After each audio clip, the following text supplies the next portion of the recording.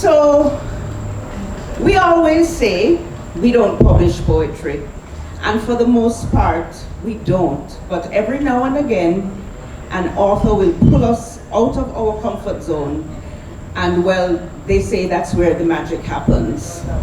This evening, we're here to celebrate the magic that is OpalPalmerAdisa's work. The Storyteller returns.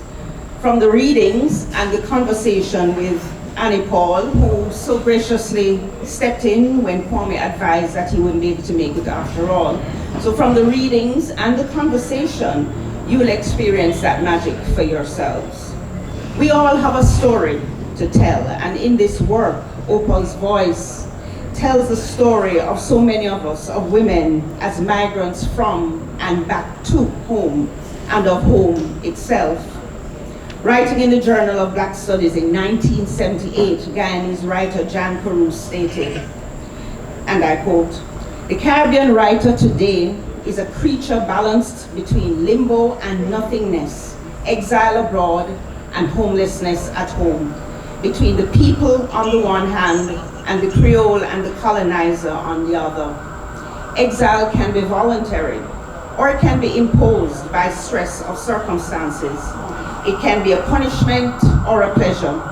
The exile can leave home for a short time, or he can be expelled forever.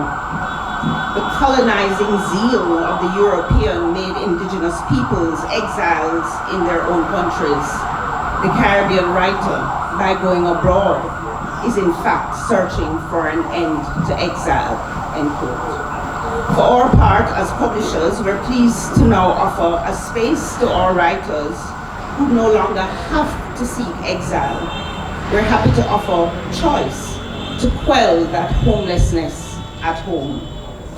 Opal, we hope that in choosing Ian Rand Publishers, we've done your work justice. It's been our pleasure to work with an author so vested in her work, but also so supportive of our publishing house. We've weathered many storms, the pandemic being the latest, and yet we continue this journey 31 years thus far. We hope that you will all continue to join us. Thank you.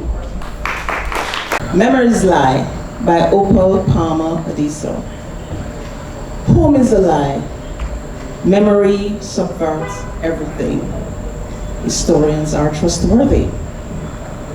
Home smells like a freshly cut lime. Seeds dug out before being squeezed into a glass. Pulp clinging to the lid. Home is a dresser drawer pulled open. Rummaged through, and under tissue and nylon slips are letters wrapped in a handkerchief. The cursive lean and slanted words are smeared. I didn't mean to. What's legible is a mystery. It was such a long time ago. Whole words faded, watermark trails. Your father was a man sealed into a buried house. Grandma insists that I listen. Home is a fishbowl, she laughs, falling off the chair. Her tears waters the plants.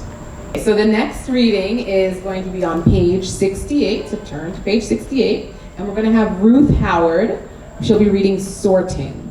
Now, Ruth is a women's rights and gender justice advocate who has served exclusively with women's rights organizations locally and internationally. Sorting 6. The little girl remembers being told frequently she was pretty.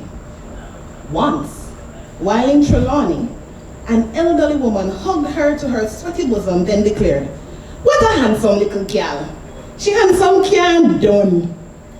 Thinking the woman didn't know the difference, girls were pretty and boys were handsome, the little girl pointed that out. But the woman said, "Me glad you have mouth to go with your face, cause you're gonna need it as you get older. But just know, a handsome woman is both pretty and beautiful, and me see that in you." The storyteller didn't like telling this story. That beauty was often a VIP ticket, especially for a man. He was allowed to be a stallion galloping to the wind, In truth, features or skin color or personality guaranteed ice cream on a cone or a shared cup with siblings. The little girl grew to expect the living room treatment. An accomplished actress, she smiled demurely, sat with her ankles crossed, and hid her dirty nails. A gregarious disposition paved a smooth road wherever she went. There is never equanimity at home when how you look is a measure of success.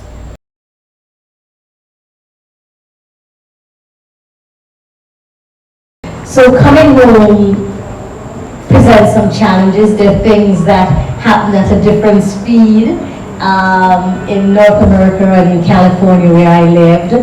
But there's also an opportunity to expand here, and there's also an opportunity to contribute here in a way that I find is very meaningful and makes a difference. I was teaching at a college with a lot of other celebrated writers, and while I know that my students benefited, a predominantly white student benefited from me being there and introducing them to Caribbean and Black literature, here there's a whole different sensibility and connection. And for me, one of the joys about being back home is that I don't have to explain myself. That's right.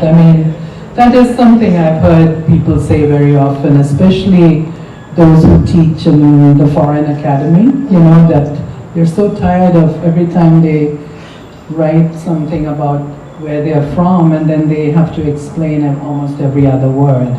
Because people are just so ignorant about, they think the Caribbean is just a place that you come to for recreation and they don't really know anything about the nuts and bolts of life here. There was a line in one of your poems that just intrigued me, and I'm going to read it out and ask you if you can expand on it. It's just very powerful, I think. It says, never let your children, it's the mother speaking, never let your children know your home is a reservoir. They will drink it, all the water. What were you talking about? What prompted that? Well, I did tell my children I was coming home, and I do have bedrooms for them, but it was a whole notion, I think, particularly I think children feeling entitled, and it's also interesting because my children feel that wherever I am, I should have a place for them. Now, do they have a place for me? It's a whole different story. But it's the fact that I think for children, and I'm very much a mother and I'm very awed by my three amazing children, it's just that for children, they kind of, I think at a certain stage, you have to put your foot down. And this is not necessarily talking about my own private children in terms of, because they will constantly expect from you, as if you don't have a life of your own. They know no boundaries. Exactly, right? Exactly. Yes. Yeah. But I wanted to say about this whole notion of the storyteller. Storytelling is very much a part of how we live our lives, and the stories we tell about ourselves, and the stories for me about home that I told myself, and the stories that I hear, and the different stories that comes from my mother who is now dead, or my sister who we shared a house home forever, and we have very different experience.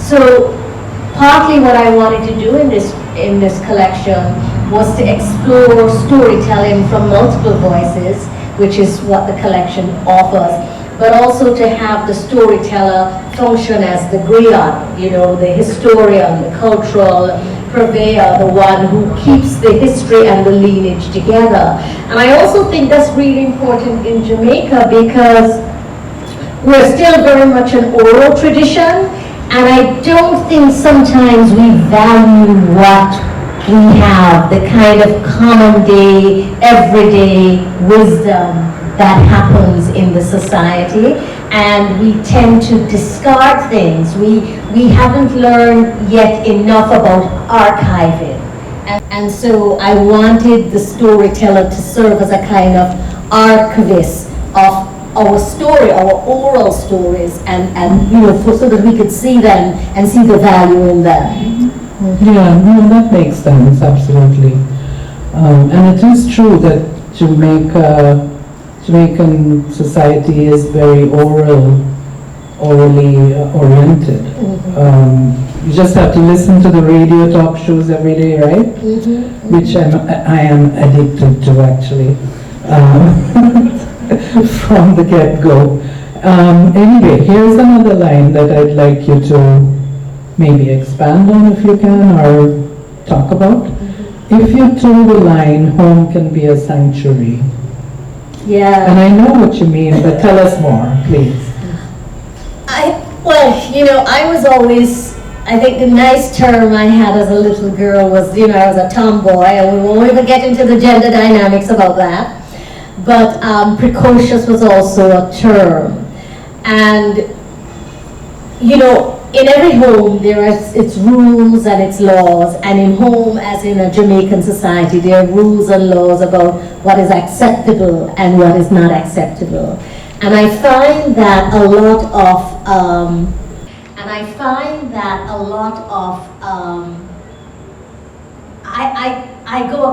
I go against a lot of things that are considered acceptable. But if for those people who can toe that line, can just go with the status quo without questioning, without interrogating, then of course it's a sanctuary. But for those of us who see the gaps, who see the cracks, who want to pick up the, for want of a better word, because I love them, tamarind seed and inspect it, and who say that these tamarind seeds are better than maybe the Chinas that they are, then it's not a sanctuary. So what I'm saying in that piece is that if for those of us who can pretend to accept what the status quo is, then yeah, it's cool. But for those of us who see other things, who we think should be there or not there, then it's not. Yeah, no, I can see that. And that is true. So it's almost as if you're expected, but there is a kind of tension, isn't there, between those who leave and those who left and those who stayed. And even between those who stay and didn't leave, there is that tension, depending on who that. Yes, in fact, the very next line I'm about to quote says, "Home still forbids the barefoot man from entering." And that's the kind of division maybe you're about to mention, right? Right. So, what for me is very sad is that the line of demarcation between the haves and the have-nots are so striking. In fact, they seem more striking than they had been when I left, in 80. Today coming from Litany up here with the traffic, there was a man on a crutch and he had 1 foot off. And there are really no social services for a lot of people like those who are desperately in need. My niece and I, twice a year, we go downtown to that parking lot where a lot of homeless people are, and we give out food and little bags and stuff, nothing big. But the disparity in this country should be uncomfortable for all of us.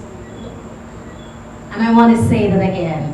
The disparity in this country should be uncomfortable for all of us.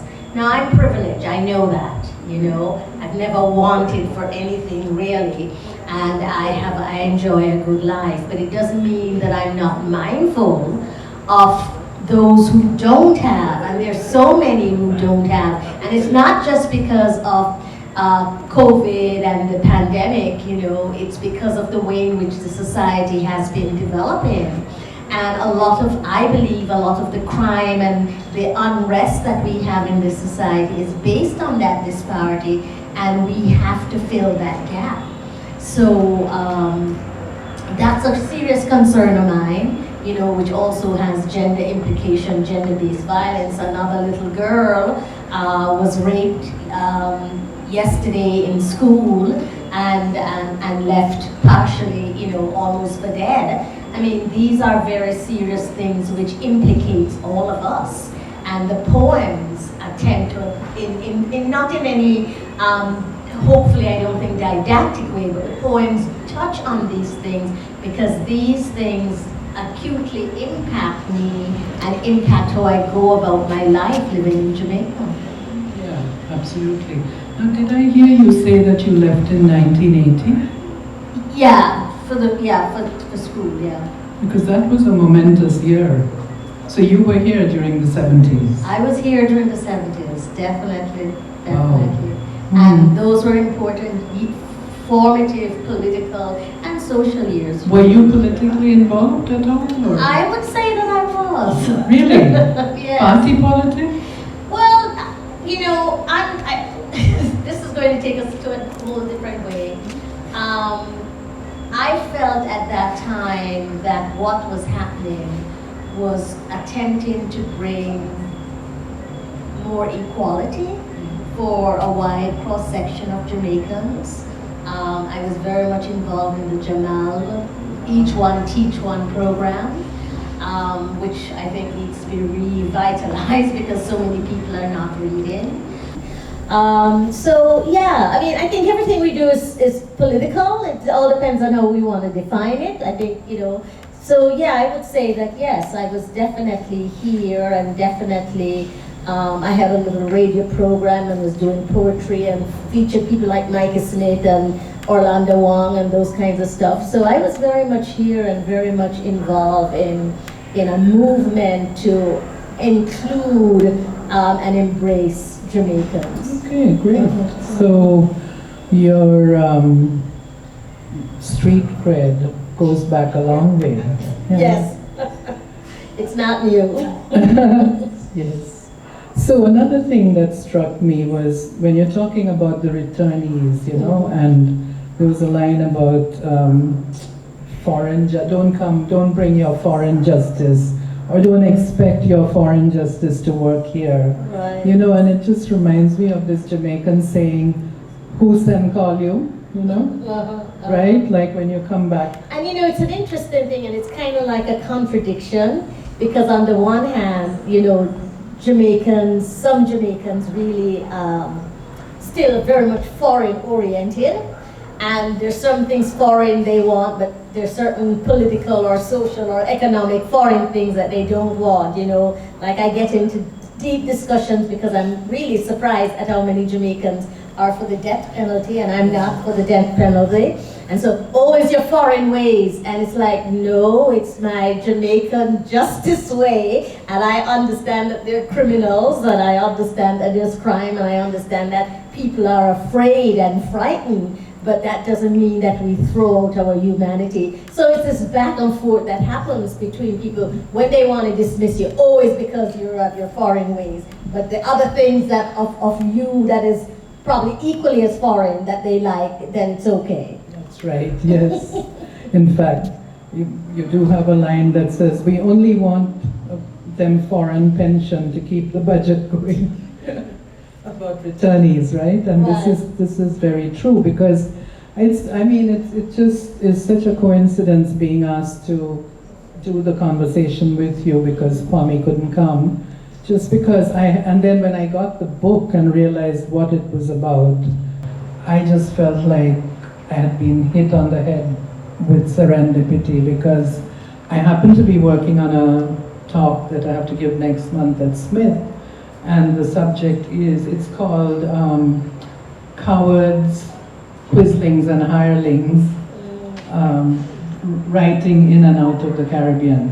And it's about it's looking at the same business of, how this politics of, and the tension between, or there is a kind of almost hostility to people who had the opportunity to go away and better themselves and then who want to come back and live here.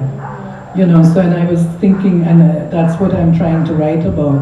So your book just fell right into the middle of this, in a fantastic way. And I think we do need to work out that tension because,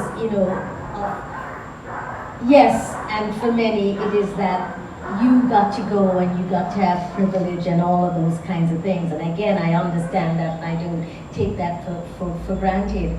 But it doesn't necessarily mean that coming back and wanting to be here is not equally as genuine or committed or dedicated or any of those other things which sometimes you might be dismissed, you know, for, oh, or what people say to me, but you can always leave.